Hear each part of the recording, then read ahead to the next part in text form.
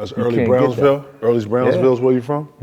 I mean, I was born in Far Rockaway, Queens. Okay. And Far Rockaway, Queens is another Brownsville. You know what I mean? wow. It's another hard body area of New York City.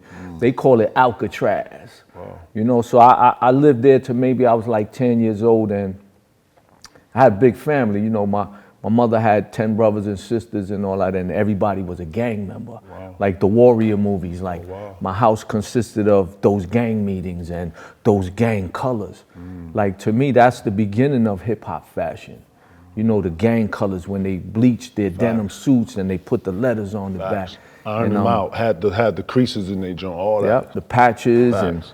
But the crazy thing is, like, you know, now in hip hop, fashion is finally being acknowledged as an element, the fifth element, and more so because of lowlifes, because now lowlifes have enforced that. You know, myself, I've enforced it, but when you do the knowledge and the science of the elements, fashion was the first element.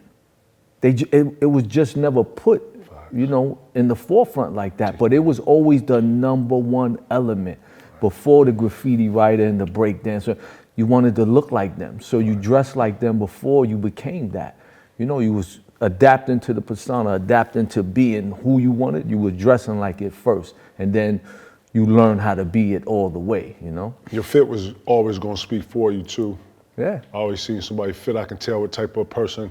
I have been, you know, as a young kid, paid attention and been, you know, aware of the surroundings, so much that when I seen somebody in an outfit, it told me who they was and what they were on most of the time. Cat coming around with a polo on, real slick, nice watch, glasses on, already knew, hopping out of a nice car, that speaks to you. Cat with, got some Timbs on, they tied up, do-rag, he coming, cut off, it looked like he finna go stomp somebody, you know what I mean? Like, the clothes in your outfit said everything. So, you know, A lot of times, being from New York too, I also learned that a lot of these dudes were wearing costumes. They were just looking the part, and they weren't the part.